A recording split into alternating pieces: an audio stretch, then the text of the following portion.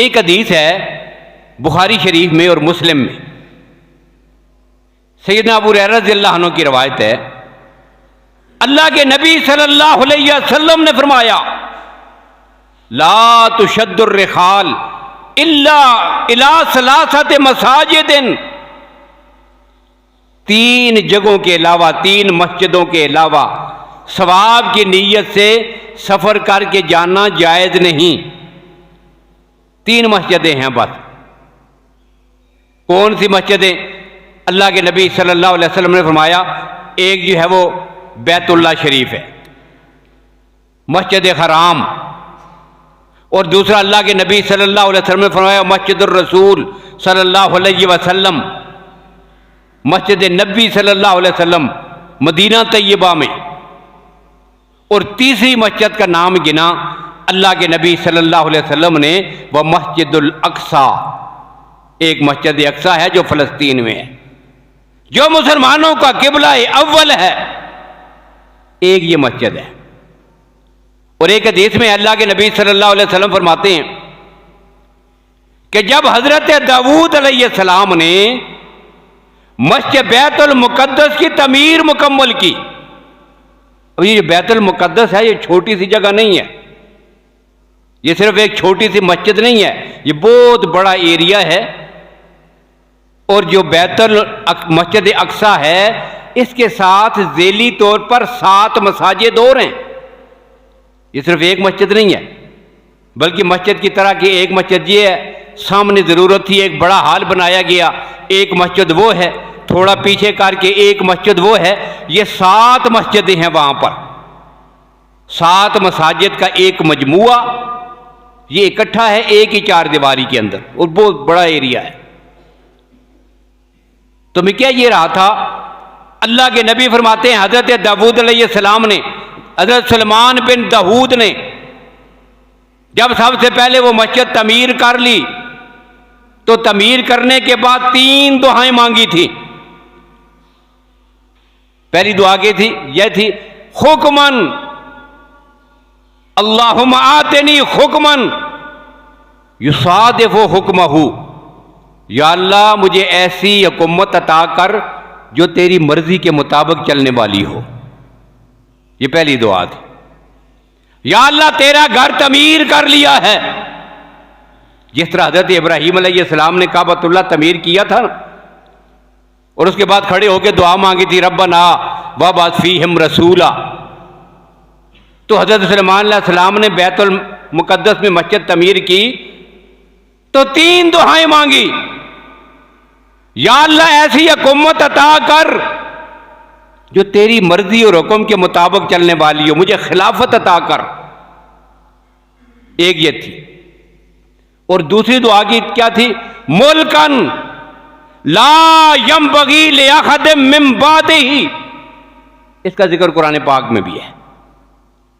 या अल्लाह ऐसी हुकूमत अता कर कि मेरे बाद कायनात में ऐसी हुकूमत करने वाला हुक्मरान भी कोई ना आए।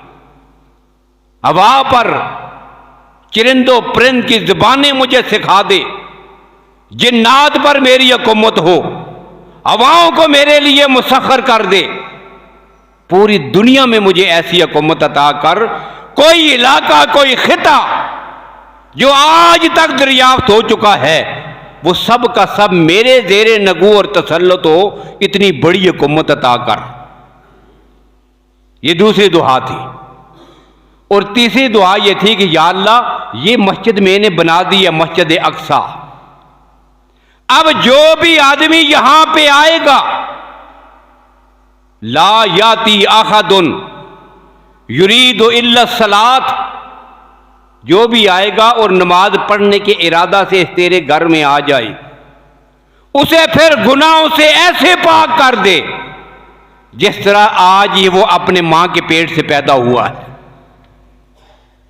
जो इस मस्जिद अक्सा में नमाज पढ़े सिर्फ तेरी रजा के लिए, उसे गुनाहों से यूं पाक कर दे गोया आज ही पैदा हुआ है। अब ये हदीस फरमाई, बयान फरमाई अल्लाह के नबी सल्लल्लाहु अलैहि वसल्लम ने मुस्नद अहमद में, तिरमिज़ी में, दीगर हदीस में। और इसके अगले जुमले भी थे अल्लाह के नबी सल्लल्लाहु अलैहि वसल्लम ने फरमाया, दो चीज़ें तो यकीनन अल्लाह ने आपको अता की थी। ये तो आंखों से देखने की बात थी, दुनिया वालों ने देखा। आज भी सीरत और तारीख में वो बात मौजूद है। सुलेमान अलैहिस्सलाम अल्लाह के नबी हैं और उनकी हुकूमत अल्लाह की मर्जी से चलती थी, हुक्म के मुताबिक। अब ये बात तो बिल्कुल साफ है। और दूसरी हुकूमत ऐसे अता की थी कि अब क़यामत तक के लिए इतनी बड़ी सुल्तनत और हुकूमत और इतनी बड़ी मखलूक पर ये सिर्फ एक ही हिस्से में आई हज़रत सुलेमान के, अब क़यामत तक ऐसा हुक्मरान भी कोई नहीं आएगा। तो दो चीज़ें तो बिल्कुल सामने आ गई। और तीसरी चीज़, या अल्लाह जो यहाँ पे नमाज पढ़े उसे गुनाहों से ऐसे पाक कर जैसे आज ही पैदा हुआ। अब अल्लाह के नबी सल्लल्लाहु अलैहि वसल्लम ने एक जुमला इरशाद फरमाया। अल्लाह के नबी फरमाते हैं, वह अर्जू, मुझे अपने रब की रहमत से उम्मीद है, जिस तरह अल्लाह ने दो बातें पूरी की हैं तीसरी भी पूरी हो गई है। यानी इस मस्जिद को यह फजीलत हासिल है, जो यहाँ पे नमाज पढ़े अल्लाह गुनाहों से ऐसे पाक कर देते हैं जैसे आज ही माँ के पेट से पैदा हुआ है। तो ये वो जगह है। और एक हदीस में है, नबी अकरम सल्लल्लाहु अलैहि वसल्लम ने इरशाद फरमाया, सैयदा मैमूना रज़ी अल्लाह तआला अन्हा कहती हैं, या रसूलल्लाह, मैंने अर्ज किया, अफ्तना फी बैतुल मक़दस, या रसूलल्लाह ये जो बैतुल मुक़द्दस है इसके बारे में जरा हमें बताइए ना, ये क्या है? अल्लाह के नबी सल्लल्लाहु अलैहि वसल्लम ने फरमाया था, अर्जुल महशर वल मनशर, जब क़यामत बर्पा होगी तो मैदान महशर जो लगेगा ना, यही बैतुल मुक़द्दस है, यही जगह फ़लस्तीन की, मुल्क शाम की सरजमीन पर यह मैदान सजेगा कि जिसको मैदान महशर कहते हैं। और यहीं पर लोगों को इकट्ठा किया जाएगा। अब अगली बात अल्लाह के नबी सल्लल्लाहु अलैहि वसल्लम ने इरशाद फरमाई, फरमाया तुमसे अगर हो सके तो लाज़मन उस मस्जिद में जाकर नमाज पढ़ो, क्यों, जो वहां पे एक नमाज पढ़ता है अल्लाह उसको 1000 नमाज जितना सवाब देते हैं।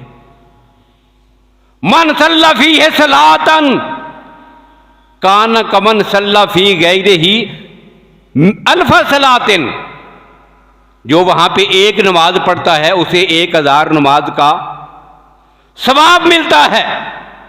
इससे क्या मालूम हुआ, वहां पे जो एक सजदा करता है उसे 1000 सजदे का सवाब मिलता है। वहां रहकर जो एक रोजा रखता है उसे 1000 रोजों का सवाब मिलता है। वहां जाकर जो एक रकत पढ़ता है उसे 1000 रकत का सवाब मिलता है। तो फिर वहां पर जाकर जो एक जिहाद करता है उसे 1000 जिहाद जितना सवाब भी मिलेगा। साफ सी बात है। अब अगली बात कही सैयदा मैमूना रज़ी अल्लाह अन्हा ने, या रसूलल्लाह, एक आदमी वहां जाने की ताकत ही न रखता हो, ना जा सके, मजबूर हो, नहीं पहुंच सकता, फिर क्या करे? अब अल्लाह के नबी सल्लल्लाहु अलैहि वसल्लम ने एक बात कही थी, मस मैमूना फिर सुन फतोदी लहू ज़ैतन, कोई पैसे थोड़े से भेज दो, कोई थोड़ा सा तेल ही भेज दो। वहां लोग नमाज पढ़ रहे हैं और नमाज पढ़ने वालों को रोशनी की जरूरत है, उनके लिए दिए में जलाने के लिए थोड़ा सा तेल ही भेज दो, उससे नमाजियों को सहूलत होगी।